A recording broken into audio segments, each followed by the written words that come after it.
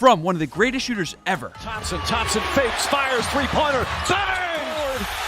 He's got 20, Thompson puts it in! Play spaces out, feet set, three down! That was a strong double. Thompson! Yes. To a guy who is blacklisted by the NBA. Developing this morning, China pulling the broadcast of the Boston Celtics season opening game. According to its state-run media, Turkey has just issued an arrest warrant for an NBA player claiming he is a terrorist. This is what happened to the 14 players drafted before Kawhi Leonard.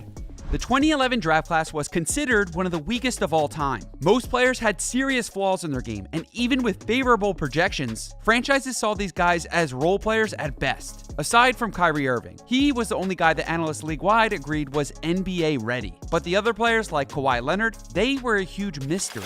In college, Leonard was a utility player. He could do some things really well, like rebound, defend, and get to the hoop. But his jump shot was inconsistent, especially from three-point range. In 2 seasons at San Diego State, he averaged 14 points, 10 rebounds, and 2 assists, which looks good, but not if you're shooting 44% from the field and 25% from 3. Bleacher Report called Leonard a, quote, great athlete, but said he couldn't play small forward at a high level. His NBA pre-draft comparison became Gerald Wallace, who was an above-average player but only made 1 All-Star team his entire career. Still, Leonard's size, versatility, and team-first mindset made him unique. He was still a consensus lottery pick, even with the holes in his game. And now I'd like to thank today's sponsor, Raid Shadow Legends. Raid is a turn-based MMORPG that is the hottest mobile game that you can play right now. Raid has amazing graphics, 650 unique champions to own, and awesome bosses to defeat. But I like Raid Shadow Legends for different reasons. First, it's absolutely free to play. Second, it's indexed, basically like NBA scouting reports. You can see every champion you can play as, including their skills and counter strategies. Third, the Dragon's Lair, which is the best place to farm speed artifacts. And fourth, regular updates. New stuff is constantly coming to Raid, including new events, items, and dungeons to take on. Raid is celebrating their 4th anniversary, and there's plenty of reasons for you to be thrilled. Their brand new Fusion event grants you access to an anniversary-themed legendary champion. You'll also be able to reminisce about your Raid journey with a recap video showcasing your stats. And if you're an Amazon Prime member and just got Genbo, watch out for the upcoming drop with some powerful Savage gear. It's available from March 2nd to March 30th. With all this exciting stuff and more coming to Raid, what are you waiting for? Use the link in the description or scan my QR code to get insane bonuses, including the epic champion Kellen the Shrike. Once you're in and crushing your enemies, find me under the name Henry Hoops, and if you're fast enough, you can join my clan. Hit the link in the description, and I'll see you on the battlefield. Back to the video. So, how did the San Antonio Spurs, a team that had the 29th pick in the 2011 draft, magically get a top 15 player? Well, Greg Popovich and Spurs management crafted a draft day trade with the Indiana Pacers. They offered George Hill, the 24-year-old point guard, for the draft rights to Indiana's picks. It was extremely risky. George Hill was an emerging star in San Antonio. He was also one of Pop's favorite players of all time. But the Spurs desperately needed size to compete with teams like the Miami Heat and the rest of the league who had extremely athletic small forwards. So they rolled the dice on Kawhi Leonard. Unfortunately for 14 other teams, Kawhi Leonard quickly outgrew his pre-draft potential. In 6 seasons in San Antonio, Leonard went from averaging 7 points and 5 rebounds his rookie year to averaging 25 points, 5 rebounds, and 3 assists in 2016. He made 2 All-Star teams, won an NBA championship, and was named Finals MVP. Man, it's all surreal to me right now. Eventually, things went sour, and Kawhi forced his way out of San Antonio. But that didn't stop his dominance. In 2019, he led the Toronto Raptors to an NBA championship. He beat the Sixers on a buzzer beater. Simmons, is this the dagger?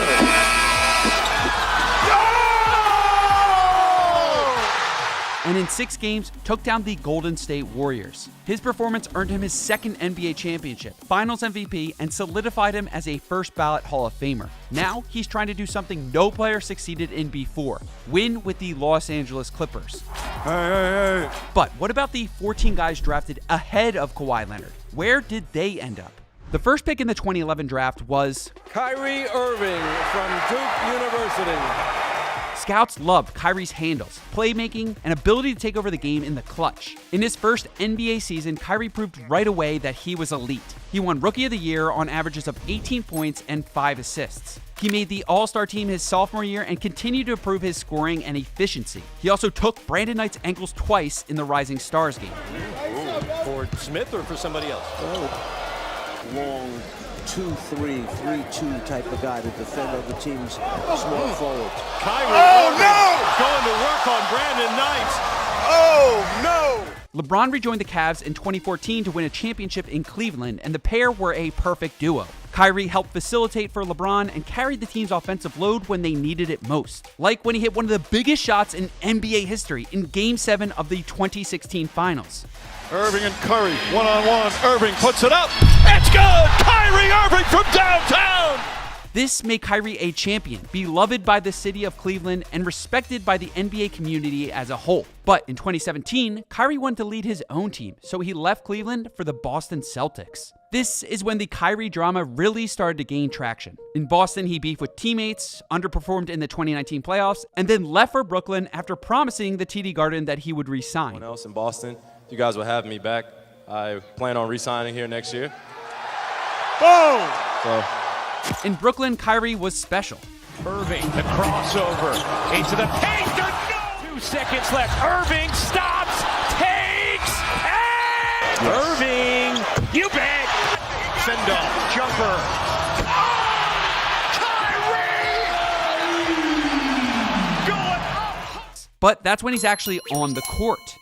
In 2023, Brooklyn finally broke up their failed super team experiment. They sent Kevin Durant to Phoenix and Kyrie to Dallas to join Luka and the Mavericks. We'll have to wait and see how the move plays out for each of the franchises. But individually speaking, Kyrie is a 7-time All-Star, NBA champion, and first ballot Hall of Famer. Even if you redraft today, I think the Cavs made the right pick when they chose the freshman point guard from Duke. Curry the drive, shot blocked by Irving. It's Irving, long 3, got it. Irving, shake and bake, and drills it. Irving spins, puts up the shot, it's good! The second pick in the 2011 draft was Derek Williams from the University of Arizona. Coming out of Arizona, sophomore Derek Williams had a ton of potential. At 6'8" and 240 pounds, his inside-out game seemed perfect for the modern NBA. However, the fit in Minnesota was awkward from the start. Kevin Love was at the pinnacle of his career, averaging over 20 points and 15 rebounds a game in 2010. So Williams never got much of a chance on the court, and even when he did, he didn't make much of it. He lasted only 7 years in the league and played for 6 different teams during that time. In 2019, he took his talents to the EuroLeague, where he averaged 15 points and 5 rebounds. Considering some of the talented power forwards picked later in this draft, this is a pick Minnesota definitely wants back. The third pick in the draft was a Turkish center from Switzerland, Enes Kanter. Enes Kanter from Istanbul, Turkey, and the University of Kentucky.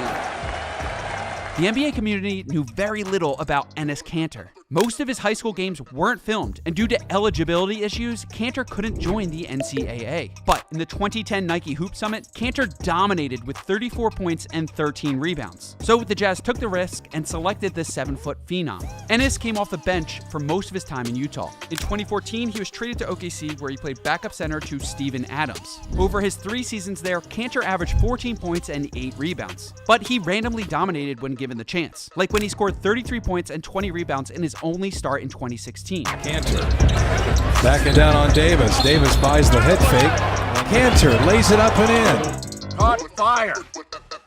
Knocking down a 3, trying to lead the Thunder to victory, but he then played 1.5 seasons in New York, where he averaged a double-double. Then bounced around the NBA, playing for Portland in 2018, Boston in 2019, back to Portland in 2020, and then was traded to Boston again in 2021. In the summer of 2022, his career fizzled out, and he received no offers during free agency. Or was that what happened? In his last NBA season, Kanter caused a lot of turmoil in the media. He vocally condemned the NBA's relationship with China, said that Nike shoe factories were run by Uyghur slave labor, and wore custom shoes that trolled LeBron James. He even changed his name to Enes Freedom.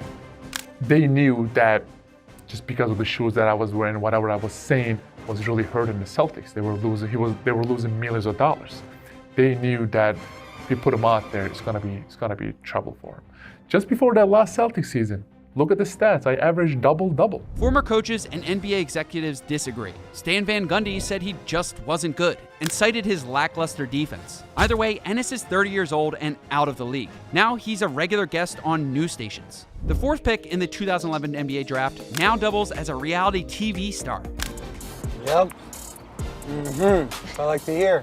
But jokes aside, Tristan Thompson had a solid NBA career. He played 9 seasons in Cleveland, averaging 9 points and 8 rebounds. He was a big part of the Cavs team that went to the finals for 4 straight seasons, and was a starter on the 2016 championship team. In his last season in Cleveland, Tristan averaged 12 points, 10 rebounds, and 2 assists. But since 2019, he's been a journeyman around the NBA, playing for Boston, Sacramento, and Indiana. In February 2022, he signed a 1-year contract with the Bulls, but hasn't played a single game this season. So it looks like his NBA career is over. Although the Cavs probably hate themselves for not grabbing Kawhi Leonard, they still got a championship and a lot of value out of Tristan Thompson.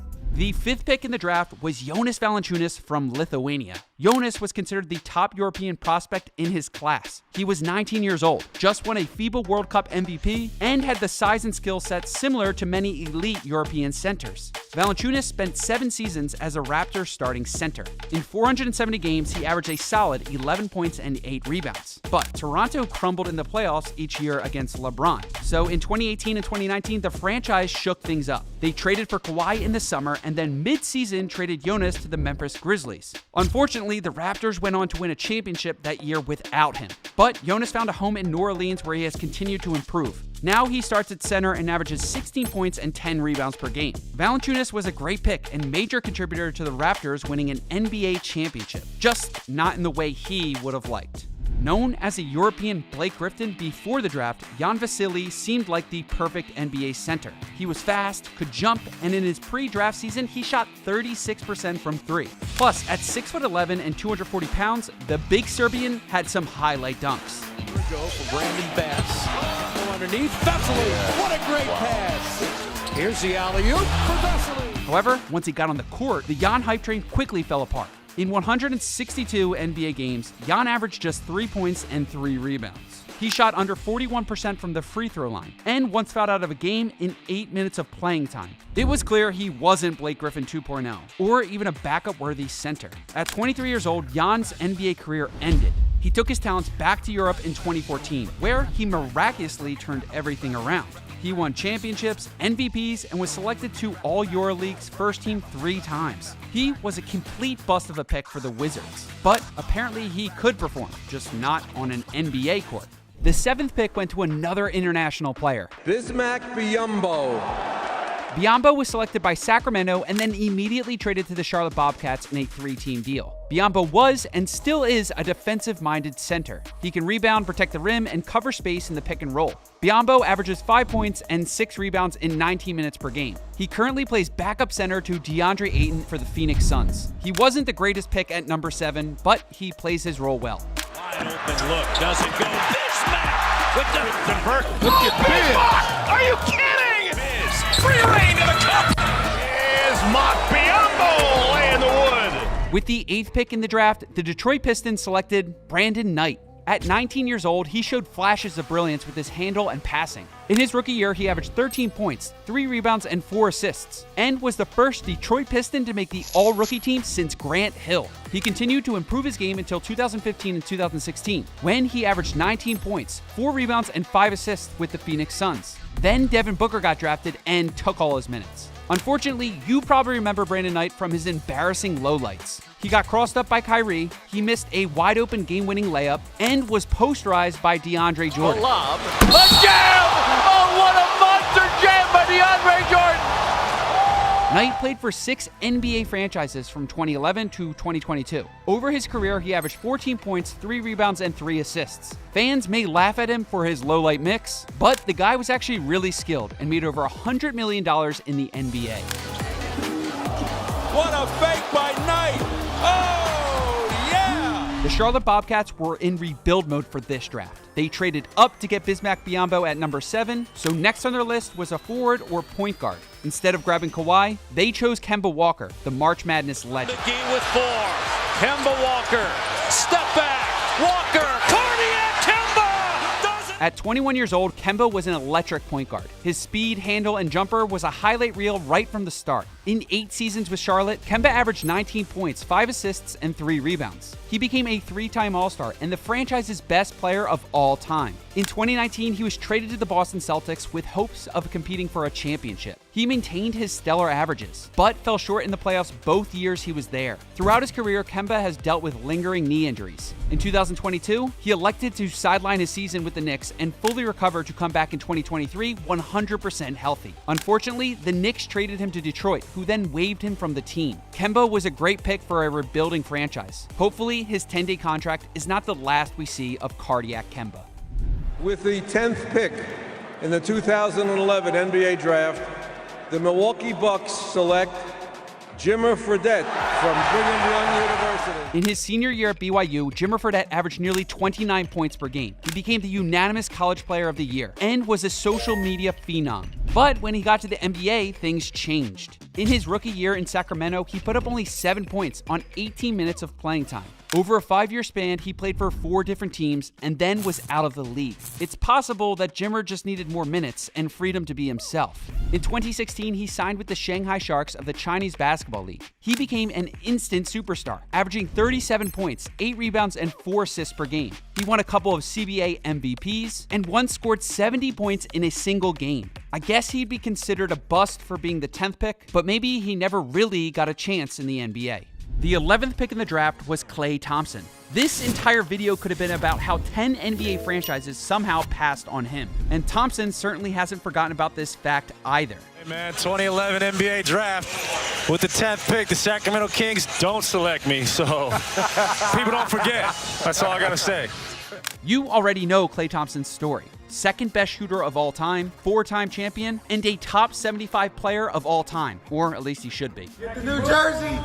Get the New Jersey! 7th best player of all time, baby! Klay has averaged 19 points and 4 rebounds for his career. He once put up 37 points in a quarter, hitting all 13 of his shots. Another time, he scored 60 points. 60 for Klay Thompson! On just 11 dribbles. It's safe to say that even with Kawhi still available, the Warriors made the right pick by taking Game 6 Klay. Catch and shoot 3. There it is! Point line. And dropped in another one from deep. It's good! For NBA history, he got it! 14 threes in a game! Has never been done! The 12th pick in the draft was Alec Burks. At 19 years old, Burks was another guard like Brandon Knight, who scouts thought had talent but needed time to develop. For 8 seasons, the Utah Jazz did their best to support Burks. He averaged over 20 minutes per game and for a few years had the ultra green light on the offensive end. Through multiple injuries and lack of efficiency, he never really made the jump to an all-star level. The team parted ways with him in 2018, and since then he's played with 7 different franchises. In that time, he's improved his shooting and rebounding numbers, but still hasn't found a home. He's currently on the Detroit Pistons, and every now and then will drop 20 points, or go 1 for 14. If you're a Jazz fan, I'm sorry. Just know that you passed on Jimmy Butler and Kawhi Leonard in order to get Burks.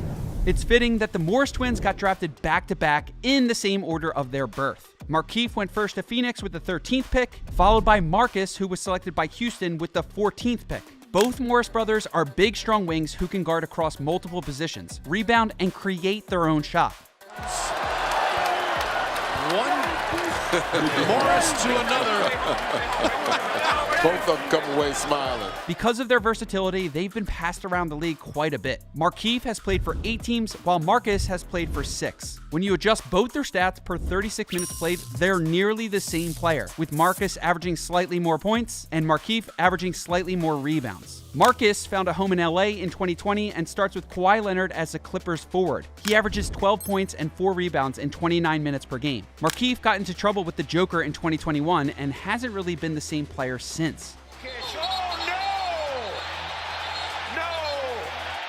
This season, he is averaging 3 points and 2 rebounds in just 10 minutes. Together, the Morris twins are above average NBA players. But the fact that both were picked before Kawhi Leonard is kind of tragic.